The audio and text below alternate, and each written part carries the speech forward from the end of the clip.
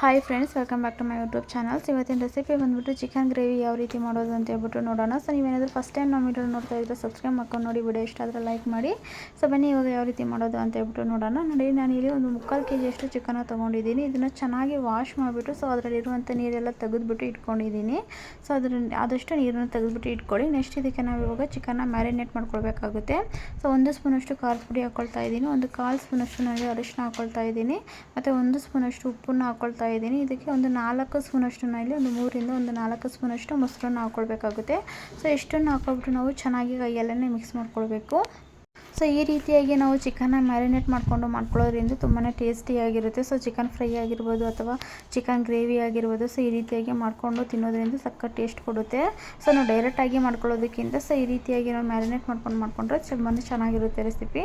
ನೋಡಿ, ಇವಾಗ ಈ ರೀತಿಯಾಗಿ ಕೈಯಲ್ಲೇ ಚೆನ್ನಾಗಿ ಮಿಕ್ಸ್ ಮಾಡ್ಕೊಳ್ಬೇಕು. ಸೊ ಈ ರೀತಿಯಾಗಿ ಮಿಕ್ಸ್ ಮಾಡ್ಕೊಂಡ್ಮೇಲೆ ನಾವು ಇವಾಗ ಒಂದು 30ರಿಂದ 40 ನಿಮಿಷ ನಾವು ಚಿಕನ್ನ ಮ್ಯಾರಿನೇಟ್ ಮಾಡ್ಕೊಳ್ಳೋದಕ್ಕೆ ಬಿಡಬೇಕಾಗುತ್ತೆ. ನೋಡಿ, ಇವಾಗ ಚೆನ್ನಾಗಿ ಮಿಕ್ಸ್ ಆಗಿದೆಯಲ್ವಾ. ಸೊ ಈ ರೀತಿಯಾಗಿ ಕೈಯಲ್ಲೇ ಚೆನ್ನಾಗಿ ಮಿಕ್ಸ್ ಮಾಡ್ಕೊಳ್ಬೇಕು.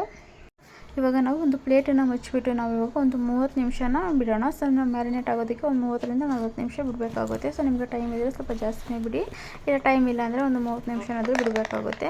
ನೆಕ್ಸ್ಟ್ ಇವಾಗ ನಾನಿಲ್ಲಿ ಒಂದು ಬಾಣಲಿನ ಬಿಸಿ ಮಾಡೋಕ್ಕೆ ಇಟ್ಟಿದ್ದೀನಿ. ನೋಡಿ, ಸೊ ಬಾಣಲಿ ಬಿಸಿ ಆಗಿದೆ. ಸೊ ನಾವು ಇವಾಗ ಇದಕ್ಕೆ ನಾನು ಒಂದು 6ರಿಂದ 7 ಸ್ಪೂನಷ್ಟು ನಾನಿಲ್ಲಿ ಆಯಿಲ್ನ ಹಾಕ್ಕೊಳ್ತಾ ಇದ್ದೀನಿ. ಸೊ ನಾವು ಕ್ವಾಂಟಿಟಿ ಎಷ್ಟು ತೊಗೊಳ್ತೀವೋ ಅಷ್ಟು ನೋಡಿಬಿಟ್ಟು ನಾವು ಆಯಿಲ್ನ ಹಾಕ್ಕೊಳ್ಬೇಕಾಗುತ್ತೆ. ಸ್ವಲ್ಪ ನಾನು ಜಾಸ್ತಿ ಆಯಿಲನ್ನೇ ಹಾಕ್ಕೊಂಡಿದ್ದೀನಿ. ಸೊ ನೀವು ನೋಡಿಬಿಟ್ಟು ಹಾಕ್ಕೊಳ್ಳಿ. ನೆಕ್ಸ್ಟ್ ಇದಕ್ಕೆ ನಾನು 1-2 ಪಲಾವ್ ಎಲೆ ಮತ್ತು ಒಂದೆರಡು ಹೂವು ಮತ್ತು 2 ಚಕ್ಕೆ, 4 ಲವಂಗ ಮತ್ತು ಒಂದು ಅರ್ಧ ಸ್ಪೂನಷ್ಟು ಹೊಂಕೊಳ್ಳೋನು ತೊಗೊಂಡಿದ್ದೀನಿ. ಸೊ ಇಷ್ಟನ್ನು ಒಂದು ಸ್ವಲ್ಪ ಹಾಕ್ಕೊಬಿಟ್ಟು ಲೈಟಾಗಿ ಫ್ರೈ ಮಾಡ್ಕೊಳ್ಳಿ, ಸಾಕು ಅಷ್ಟೇ. ಜಸ್ಟ್ ಈ ರೀತಿಯಾಗಿ ಫ್ರೈ ಮಾಡಿಕೊಂಡ್ರೆ ಸಾಕು ಅಷ್ಟೇ. ನೆಕ್ಸ್ಟ್ ಇವಾಗ ನಾನು ಇದಕ್ಕೆ ಒಂದು 3 ಮೀಡಿಯಮ್ ಸೈಜ್ ಈರುಳ್ಳಿನ ಸ್ಲೈಸಾಗಿ ಕಟ್ ಮಾಡಿಬಿಟ್ಟು ಹಾಕ್ಕೊಂಡಿದ್ದೀನಿ. ಸೊ ಈರುಳ್ಳಿ ಬಂದುಬಿಟ್ಟು ನಾವು ಅದರಲ್ಲಿರುವಂಥ ಹಸಿ ಸ್ಮೆಲ್ಲೆಲ್ಲ ಹೋಗೋವರೆಗೂ ಫ್ರೈ ಮಾಡ್ಕೊಳ್ಬೇಕು. ಸೊ ನೋಡ್ತಾ ಇದ್ದೀರಲ್ಲ, ಈ ರೀತಿಯಾಗಿ ಚೆನ್ನಾಗಿ ಫ್ರೈ ಮಾಡ್ಕೊಳ್ಳಿ ಈರುಳ್ಳಿ. ಸೊ ನಾವು ಯಾವುದೇ ರೆಸಿಪಿ ಆಗಿರ್ಬೋದು ಮಾಡಬೇಕಾದ್ರೆ ಸೊ ನಾವು ಈರುಳ್ಳಿನ ಎಷ್ಟು ಚೆನ್ನಾಗಿ ಫ್ರೈ ಮಾಡ್ಕೊಳ್ತೀವೋ ಸೊ ನಾವು ಮಾಡುವಂಥ ರೆಸಿಪಿ ಸಮೇತ ಅಷ್ಟೇ ಚೆನ್ನಾಗಾಗುತ್ತೆ. ನೋಡಿ, ಈ ರೀತಿಯಾಗಿ ಚೆನ್ನಾಗಿ ಫ್ರೈ ಮಾಡ್ಕೊಳ್ಳಿ. ಐ ಫ್ಲೇಮಲ್ಲಿ ಇಟ್ಕೊಂಡು ಈ ರೀತಿಯಾಗಿ ಈರುಳ್ಳಿನ ಚೆನ್ನಾಗಿ ಫ್ರೈ ಮಾಡ್ಕೊಳ್ಬೇಕು.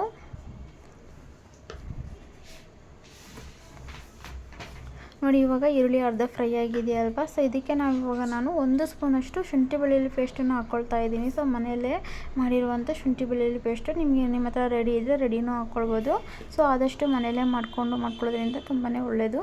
ನೋಡಿ, ಇವಾಗ ಶುಂಠಿ ಬೆಳ್ಳುಳ್ಳಿ ಪೇಸ್ಟನ್ನು ಹಾಕ್ಕೊಬಿಟ್ಟು ಸೊ ಅದರಲ್ಲಿರುವಂಥ ಹಸಿ ಸ್ಮೆಲ್ಲೆಲ್ಲ ಹೋಗೋವರೆಗೂ ಫ್ರೈ ಮಾಡ್ಕೋಬೇಕು. ಸೊ ಈರುಳ್ಳಿ ಜೊತೆನೇ ಶುಂಠಿ ಬೆಳ್ಳುಳ್ಳಿ ಪೇಸ್ಟನ್ನು ಫ್ರೈ ಆಗುತ್ತೆ. ನೋಡಿ, ಈ ರೀತಿಯಾಗಿ ಚೆನ್ನಾಗಿ ಫ್ರೈ ಮಾಡ್ಕೊಳ್ಳಿ.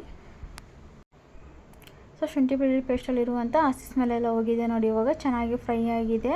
ಸೊ ಇವಾಗ ನಾವು ಮ್ಯಾರಿನೇಟ್ ಮಾಡಿ ಇಟ್ಕೊಂಡಿರುವಂಥ ಚಿಕನ್ನ ಹಾಕ್ಕೊಳ್ಬೇಕಾಗುತ್ತೆ. ಸೊ 30 ನಿಮಿಷ ನಾವು ಬಿಟ್ಟು ನಾನು ಇವಾಗ ಮಾಡ್ಕೊಳ್ತಾ ಇದ್ದೀನಿ. ನೋಡಿ, ಸೊ ಚೆನ್ನಾಗಿ ಮ್ಯಾರಿನೇಟ್ ಆಗಿದೆ ಚಿಕನ್ ಎಲ್ಲ. ಸೊ ಇವಾಗ ಚಿಕನ್ ಹಾಕ್ಕೊಬಿಟ್ಟು ನಾವು ಇವಾಗ ಚೆನ್ನಾಗಿ ಒಂದ್ಸಲ ಮಿಕ್ಸ್ ಮಾಡ್ಕೊಳ್ಬಿಟ್ಟು ಸೊ ನಾವು ಒಂದು 2 ನಿಮಿಷ ಬೇಯಿಸ್ಕೊಳ್ಬೇಕಾಗುತ್ತೆ. ಯಾಕೆ ಅಂದರೆ ಸೊ ಹಸಿ ಸ್ಮೆಲ್ಲೆಲ್ಲ ಹೋಗಬೇಕು. ಸೊ ಚಿಕನಲ್ಲಿರುವಂಥ ಹಸಿ ಸ್ಮೆಲ್ಲೆಲ್ಲ ಹೋಗ್ಬಿಟ್ಟು ಅದರಲ್ಲಿರುವಂಥ ನೀರೆಲ್ಲ ಬಿಡುತ್ತೆ. ಸೊ ಅಲ್ಲಿ ತನಕ ನಾವು ಚೆನ್ನಾಗಿ ಫ್ರೈ ಮಾಡ್ಕೊಳ್ಬೇಕು. ಸೊ ನಾನು ಇವಾಗ ಚೆನ್ನಾಗಿ ಮಿಕ್ಸ್ ಮಾಡಿ ಆದಮೇಲೆ ಇದಕ್ಕೆ ಒಂದು ಪ್ಲೇಟನ್ನು ಮುಚ್ಚಿಬಿಟ್ಟು 1-2 ನಿಮಿಷ ಚೆನ್ನಾಗಿ ಫ್ರೈ ಮಾಡ್ಕೊಳ್ತಾ ಇದ್ದೀನಿ. ನೋಡಿ, ಈ ರೀತಿಯಾಗಿ ಇವಾಗ ಪ್ಲೇಟನ್ನು ಮುಚ್ಚಿಬಿಟ್ಟು ನಾನು ಬಿಡ್ತಾ ಇದ್ದೀನಿ 1-2 ನಿಮಿಷ. ಸೊ 2 ನಿಮಿಷ ಬಿಟ್ಟು ಆಮೇಲೆ ನಿಮಗೆ ತೋರಿಸ್ತೀನಿ. ನೋಡಿ, ಇವಾಗ 2 ನಿಮಿಷ ಆದಮೇಲೆ ನಾನು ನಿಮಗೆ ತೋರಿಸ್ತಾ ಇದ್ದೀನಿ. ನೋಡಿ, ಸೊ ಚಿಕನಲ್ಲಿರುವಂಥ ನೀರೆಲ್ಲ ಹೋಗ್ಬಿಟ್ಟು ಸೊ ಆಯಿಲ್ ಬಿಡ್ತಾ ಇದೆ. ಸೊ ಈ ರೀತಿಯಾಗಿ ನಾವು ಚಿಕನ್ನ ಫ್ರೈ ಮಾಡ್ಕೋಬೇಕು. ಸೊ ಈ ರೀತಿಯಾಗಿ ಮಾಡ್ಕೊಳ್ಳೋದ್ರಿಂದ ಸೊ ಚಿಕನ್ ಯಾವುದೇ ರೀತಿ ಹಸಿ ಸ್ಮೆಲ್ ಆ ಥರ ಯಾವ ಥರನೂ ಬರೋದಿಲ್ಲ. ನೋಡಿ, ಈ ರೀತಿಯಾಗಿ ಸೊ ಚೆನ್ನಾಗಿ ಆಯಿಲ್ ಬಿಟ್ಟಿದೆ. ನೋಡಿ, ಸೊ ಈ ರೀತಿಯಾಗಿ ನಾವು 1-2 ನಿಮಿಷ ಫ್ರೈ ಮಾಡ್ಕೊಳ್ಬೇಕು. ನೆಕ್ಸ್ಟ್ ಇದಕ್ಕೆ ನಾವು ಇವಾಗ ಮಸಾಲೆ ಹಾಕ್ಕೊಳ್ಬೇಕಾಗುತ್ತೆ. ಸೊ ನಾವು ಮಸಾಲೆ ಹಾಕ್ಕೊಳ್ಬೇಕಾದ್ರೆ ಗ್ಯಾಸನ್ನು ಲೋ ಫ್ಲೇಮಲ್ಲಿ ಇಟ್ಕೊಂಡು ಹಾಕ್ಕೊಳ್ಬೇಕು. ನೆಕ್ಸ್ಟ್ ನಾನು ಒಂದು 1/4 ಸ್ಪೂನಷ್ಟು ಅರಿಶಿನ ಹಾಕ್ಕೊಂಡಿದ್ದೀನಿ ಮತ್ತು 1.5 ಸ್ಪೂನಷ್ಟು ಧನಿಯಾ ಪುಡಿನೂ ಹಾಕ್ಕೊಳ್ತಾ ಇದ್ದೀನಿ. ಸೊ ನಿಮಗೆ ಬೇಕು ಅಂದರೆ ಈ ಟೈಮಲ್ಲಿ ಖಾರದ ಪುಡಿನೂ ಹಾಕ್ಕೊಳ್ಬೋದು. ಸೊ ಖಾರ ನೋಡಿಬಿಟ್ಟು ಹಾಕ್ಕೊಳ್ಳಿ. ನಾನು ಇಷ್ಟನ್ನು ಸೊ ಮ್ಯಾರಿನೇಟ್ ಮಾಡ್ಕೊಳ್ಬೇಕಾದ್ರೆ ನಾನು ಖಾರದ ಪುಡಿ ಹಾಕ್ಕೊಂಡಿದ್ನಲ್ಲ, ಸೊ ಹಂಗಾಗಿ ಇವಾಗ ಹಾಕ್ಕೊತಾ ಇಲ್ಲ. ಸೊ ಇವಾಗ ಎಲ್ಲನೂ ಒಂದ್ಸಲ ಚೆನ್ನಾಗಿ ಮಿಕ್ಸ್ ಮಾಡ್ಕೊಳ್ಳಿ. ಸೊ ಮಸಾಲೆ ಹಾಕ್ಕೊಳ್ಬೇಕಾದ್ರೆ ನಾವು ಲೋ ಫ್ಲೇಮಲ್ಲಿ ಇಟ್ಕೊಂಡು ಮಾಡ್ಕೊಳ್ಬೇಕಾಗುತ್ತೆ, ಇಲ್ಲಾಂದರೆ ತಳ ಹಿಡಿಯುತ್ತೆ. ಸೊ ಹಂಗಾಗಿ ಹೇಳ್ತಾ ಇದ್ದೀನಿ. ಸೊ ಇವಾಗ ಈ ರೀತಿಯಾಗಿ ಒಂದ್ಸಲ ಚೆನ್ನಾಗಿ ಮಿಕ್ಸ್ ಮಾಡ್ಕೊಂಡು 1 ನಿಮಿಷ ಈ ರೀತಿಯಾಗಿ ಕೈ ಆಡಿಸ್ತಾ ಫ್ರೈ ಮಾಡ್ಕೊಳ್ಳಿ ಮಸಾಲೆ ಹಾಕಿದ್ಮೇಲೆ. ನೋಡಿ, ಇವಾಗ ಚೆನ್ನಾಗಿ ಎಲ್ಲ ಆಯಿಲ್ ಬಿಟ್ಟಿದೆ. ನೋಡಿ, ಸೊ ಮಸಾಲೆನೂ ಚೆನ್ನಾಗಿ ಹಿಡಿದಿದೆ ಚಿಕನಿಗೆ. ನೆಕ್ಸ್ಟ್ ಇದಕ್ಕೆ ನಾನು ಇವಾಗ ಒಂದು ಅರ್ಧ ಕಪ್ಪಷ್ಟು ತೆಂಗಿನಕಾಯಿನ ತುರಿದ್ಬಿಟ್ಟು ಅದರ ಹಾಲನ್ನು ತೊಗೊಂಡಿದ್ದೆ. ಸೊ ಅದನ್ನು ಹಾಕ್ಕೊಳ್ತಾ ಇದ್ದೀನಿ. ಸೊ ನಮಗೆ ಗ್ರೇವಿ ಸ್ವಲ್ಪ ಜಾಸ್ತಿ ಬೇಕು ಅಂದರೆ ಸ್ವಲ್ಪ ಜಾಸ್ತಿನೇ ತೆಂಗಿನಕಾಯಿನ ತೊಗೊಳ್ಳಿ. ಇಲ್ಲ ಫುಲ್ ಡ್ರೈಯಾಗಿ ನಾವು ಚಿಕನ್ ಮಾಡ್ಕೊಳ್ತೀವಿ ಅಂದರೆ ಸ್ವಲ್ಪ ಕಮ್ಮಿನೇ ಹಾಕ್ಕೊಳ್ಳಿ. 1-2ರಿಂದ 3 ಸ್ಪೂನಷ್ಟು ತೆಂಗಿನಕಾಯಿ ಹಾಲನ್ನು ಹಾಕ್ಕೊಂಡ್ರೆ ಸಾಕಾಗುತ್ತೆ. ಸೊ ನನಗಿಲ್ಲಿ ಸ್ವಲ್ಪ ಗ್ರೇವಿ ಬೇಕಾಗಿರೋದ್ರಿಂದ ಸ್ವಲ್ಪ ಜಾಸ್ತಿ ಹಾಕ್ಕೊಂಡಿದ್ದೀನಿ ತೆಂಗಿನಕಾಯಿನ. ಸೊ ನಾವು ಒಂದು ಮಿಕ್ಸಿ ಜಾರಲ್ಲಿ ಹಾಕ್ಕೊಬಿಟ್ಟು ರುಬ್ಬಿಬಿಟ್ಟು ಈ ರೀತಿಯಾಗಿ ಹಾಕ್ಕೊಳ್ಬೇಕಾಗುತ್ತೆ ತೆಂಗಿನಕಾಯಿನ. ನೋಡಿ ಇವಾಗ ಈ ರೀತಿಯಾಗಿ ಚೆನ್ನಾಗಿ ಒಂದ್ಸಲ ಮಿಕ್ಸ್ ಮಾಡಿಕೊಂಡು ನೆಕ್ಸ್ಟ್ ಇದಕ್ಕೆ ನಾನು 1 ಗ್ಲಾಸಷ್ಟು ನಾನು ನೀರನ್ನು ಹಾಕ್ಕೊಳ್ತಾ ಇದ್ದೀನಿ. ಯಾಕಂದರೆ ನನಗೆ ಸ್ವಲ್ಪ ಗ್ರೇವಿ ಬೇಕಾಗಿರೋದ್ರಿಂದ ಅದಕ್ಕೆ ನೀರನ್ನು ಹಾಕ್ಕೊಳ್ತಾ ಇದ್ದೀನಿ. ನೋಡಿ ಸ್ವಲ್ಪ ಗ್ರೇವಿಯಾಗಿ ಮಾಡಿಕೊಂಡ್ರೆ ನಮಗೆ ಚಪಾತಿಗಾಗಿರ್ಬೋದು, ಮುದ್ದೆಗಾಗಿರ್ಬೋದು, ಇಲ್ಲ ಅನ್ನಕ್ಕಾಗಿರ್ಬೋದು ಎಲ್ಲದಕ್ಕೂ ಆಗುತ್ತೆ. ಸ್ವಲ್ಪ ಡ್ರೈ ಆಗಿ ಮಾಡಿಕೊಂಡ್ರೆ ಬೇರೆ ಅನ್ನಕ್ಕೆ ಮಾತ್ರ ಆಗುತ್ತೆ. ಸೊ ಹಂಗಾಗ್ಬಿಟ್ಟು ನಾನು ಸ್ವಲ್ಪ ಈ ಥರ ನೀರನ್ನು ಹಾಕ್ಕೊಬಿಟ್ಟು ನಾನು ಸ್ವಲ್ಪ ಗ್ರೇವಿ ಥರ ಮಾಡ್ಕೊಳ್ತಾ ಇದ್ದೀನಿ. ನೋಡಿ ಇವಾಗ ನೀರನ್ನು ಹಾಕ್ಕೊಬಿಟ್ಟು ನೆಕ್ಸ್ಟ್ ಇದಕ್ಕೆ ನಾವು ರುಚಿಗೆ ತಕ್ಕಷ್ಟು ಉಪ್ಪನ್ನು ಹಾಕ್ಕೊಳ್ಬೇಕು. ಸೊ ನೀವು ರುಚಿ ನೋಡಿಕೊಂಡು ಉಪ್ಪನ್ನು ಹಾಕ್ಕೊಳ್ಳಿ. ಯಾಕಂದರೆ ನಾವು ಮ್ಯಾರಿನೇಟ್ ಮಾಡ್ಕೊಂಡಿರಬೇಕಾದ್ರೆ 1 ಸ್ಪೂನಷ್ಟು ಉಪ್ಪನ್ನು ಹಾಕ್ಕೊಂಡಿದ್ನಲ್ಲ.